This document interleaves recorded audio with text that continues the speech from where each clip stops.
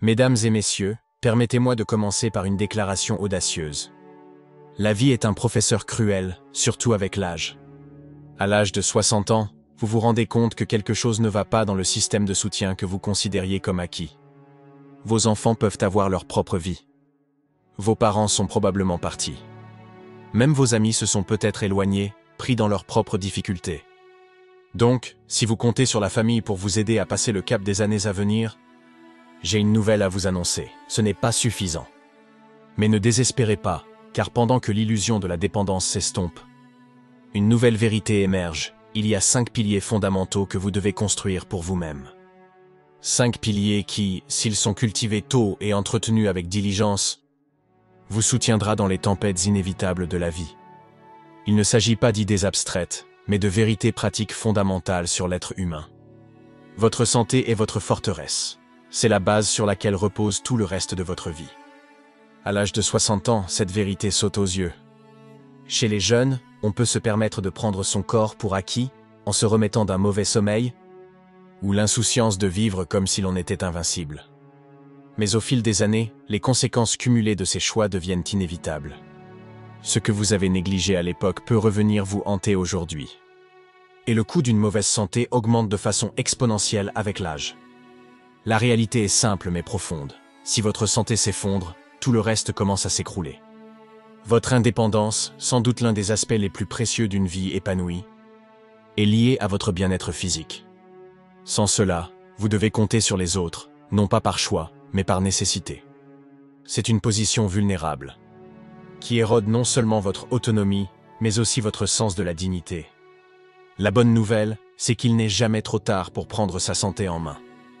Même à 60 ans, il y a une grande différence entre le simple fait d'exister et celui de prospérer. Et cette différence est déterminée par les efforts que vous êtes prêt à fournir pour entretenir votre corps et votre esprit.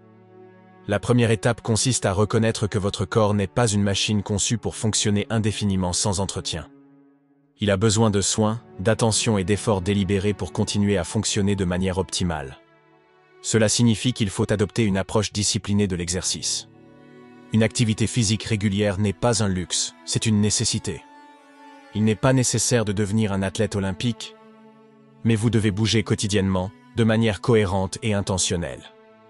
La marche, les étirements, la musculation ou la natation peuvent contribuer à maintenir votre mobilité et prévenir la rigidité qui accompagne souvent le vieillissement. Le mouvement permet de rester connecté à la vie. C'est une affirmation de votre vitalité dans un monde qui pourrait s'attendre à ce que vous ralentissiez ou que vous vous effaciez. La nutrition joue un rôle tout aussi essentiel. À 60 ans, le corps est moins enclin à l'indulgence. La malbouffe, l'excès de sucre et les repas transformés peuvent entraîner des maladies chroniques, comme le diabète, les maladies cardiaques et les problèmes articulaires qui vous privent d'énergie et de vitalité. Bien manger n'est pas une question de restriction, c'est une question d'alimentation.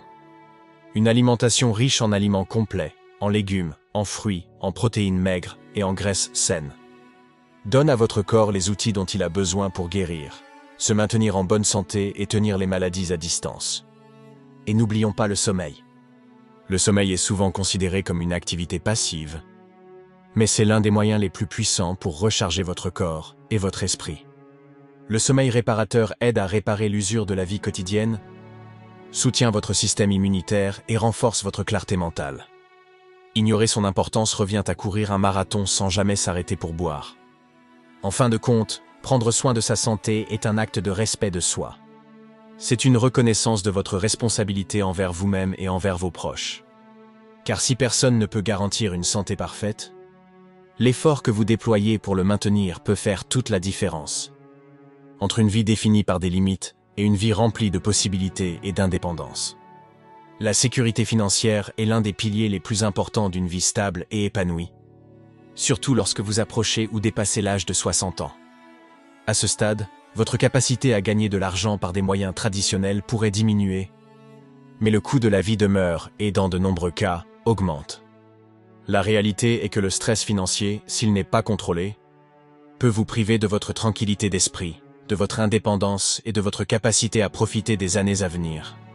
C'est pourquoi la sécurité financière ne se limite pas à avoir de l'argent, il s'agit d'avoir des choix et la capacité de naviguer dans la vie avec dignité et confiance.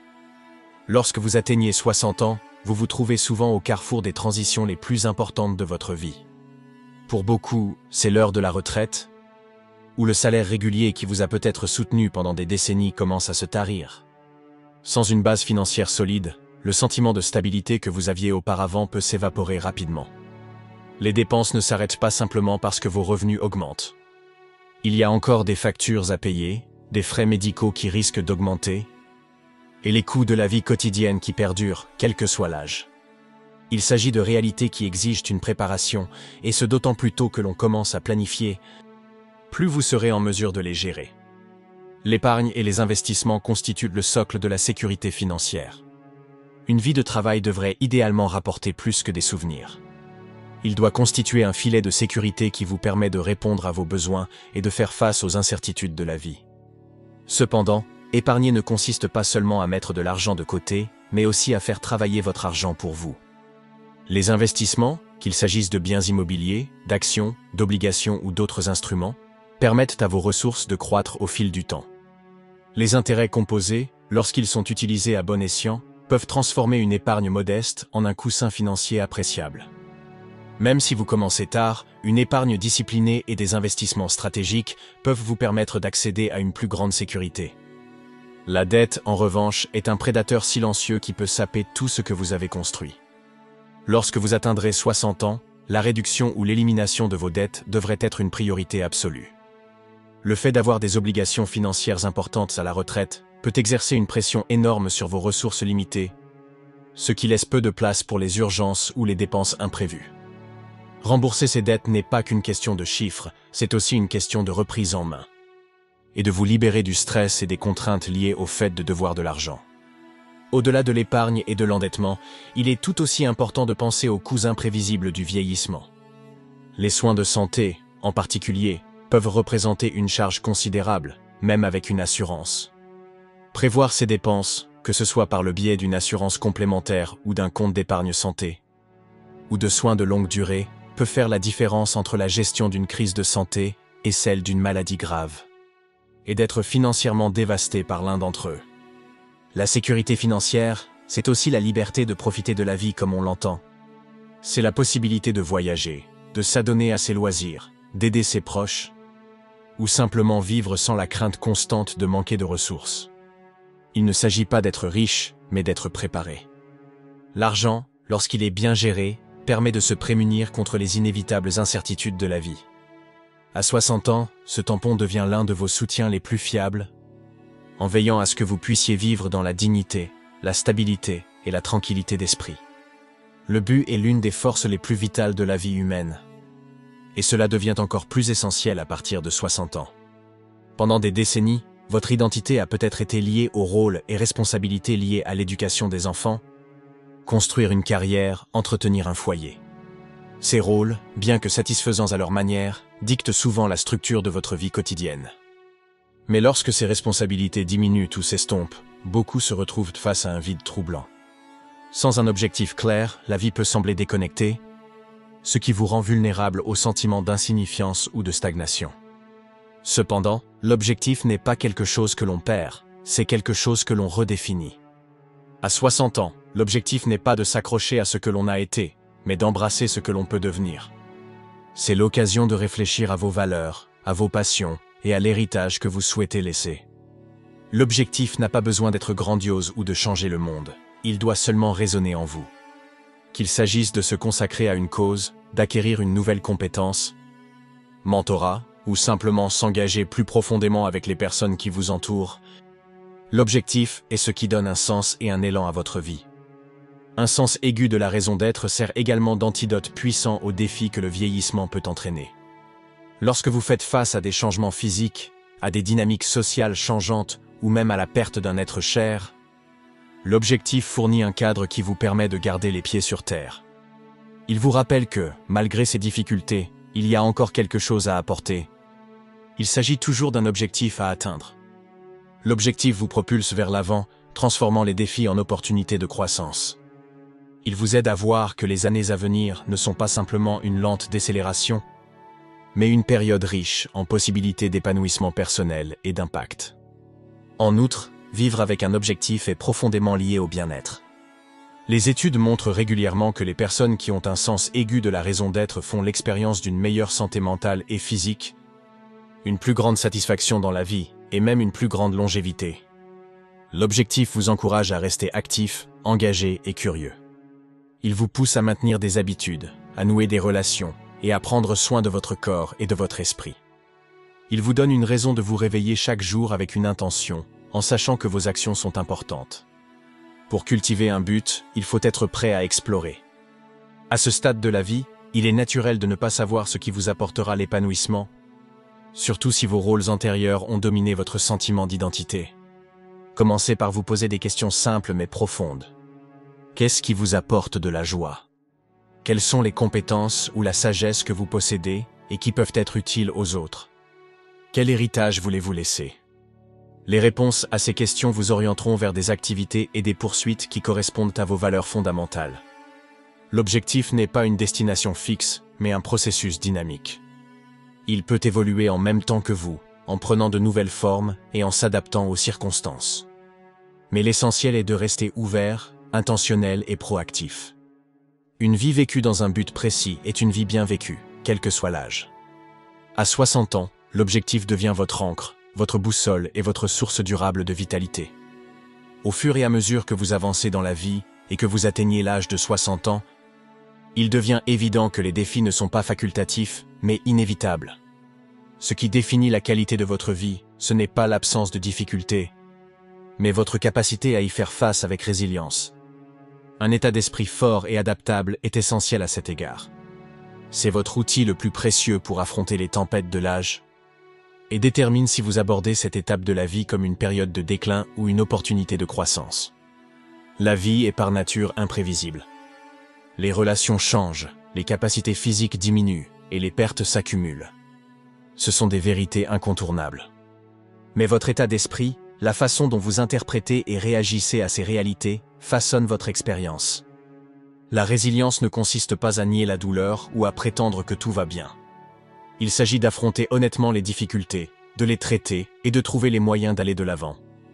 C'est la flexibilité mentale qui permet de s'adapter, d'apprendre et de lâcher prise lorsque c'est nécessaire. La résilience n'est pas innée, elle se cultive grâce à des efforts délibérés et à la conscience de soi. L'un des défis les plus importants du vieillissement est de faire face à la perte d'un être cher. Il peut s'agir de la perte d'un être cher ou d'un rôle professionnel, ou des capacités physiques que vous considériez autrefois comme acquises. Ces pertes, bien que douloureuses, peuvent également vous apprendre de profondes leçons sur l'impermanence et la valeur du moment présent. La résilience vous permet d'éprouver simultanément du chagrin et de la gratitude. Reconnaître que si la vie est limitée, elle n'en est pas moins riche de sens. Il s'agit d'accepter ce que l'on ne peut pas changer et de concentrer son énergie sur ce que l'on peut changer. Cultiver un état d'esprit résilient commence par l'autocompassion. À 60 ans, vous avez probablement accumulé votre lot de regrets et d'erreurs. Il est facile de tomber dans le piège de l'autocritique en repassant des moments que l'on aurait voulu voir se dérouler différemment. Mais la résilience exige de se pardonner et de comprendre que l'imperfection fait partie de l'être humain. Au lieu de vous laisser abattre par le passé, tirez-en des leçons et utilisez-le comme base de croissance. Un autre aspect essentiel de la résilience est la perspective.